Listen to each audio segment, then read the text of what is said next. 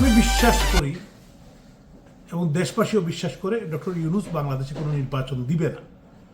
কারণ তারা নির্বাচন দেওয়ার জন্য আসে নাই। প্রত্যেক দিন মানুষ খুন হচ্ছে, দেশের যে ইকোনমিক সিচুয়েশন, দেশের যে পরিস্থিতি, এই দেশটাকে একটি জাহান্নামে পরিণত করেছে।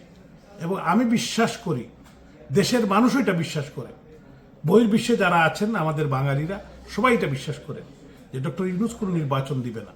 যদি তারা জোর করে নির্বাচন করে এবং তারা আওয়ামী লীগকে বাদ দিয়ে, আওয়ামী লীগের 57% মানুষ এখনো বাংলাদেশে আওয়ামী লীগের সমর্থক আছে।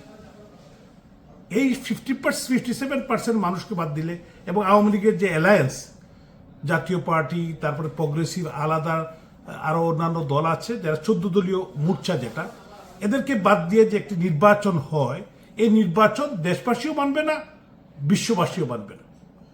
আমি আমাদের দলীয় নেতাকর্মী, মুক্তিযুদ্ধের সপক্ষের সমস্ত শক্তিকে আহ্বান জানাবো যে আপনারা হতাশ হবেন না। অতীতে এরকম যারা জবরদখলকারী, স্বৈরাচাররা জবরদখল করে ক্ষমতা দখল করেছিল, কুক্ষিগত করেছিল, তারাও কিন্তু টিকে থাকতে পারে নাই।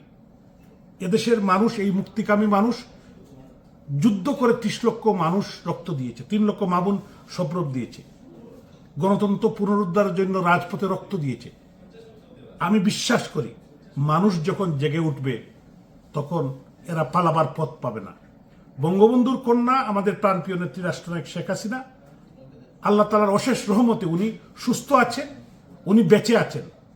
উনি এই আমাদের যে রক্ত দিয়া কেনা বাংলাদেশ, এই বাংলাদেশের নেতৃত্ব দিবেন এবং এই বাংলাদেশের যে অগ্রগতি উন্নতির দিকে উনি নিয়ে গিয়েছিলেন, বিশ্বের দরবারে মাথা উঁচু করে আমরা যাতে দাঁড়াতে পারি, সেই লক্ষ্যে উনি যে কাজগুলো করেছিলেন, অসমাপ্ত কাজ উনার নেতৃত্বে হবে।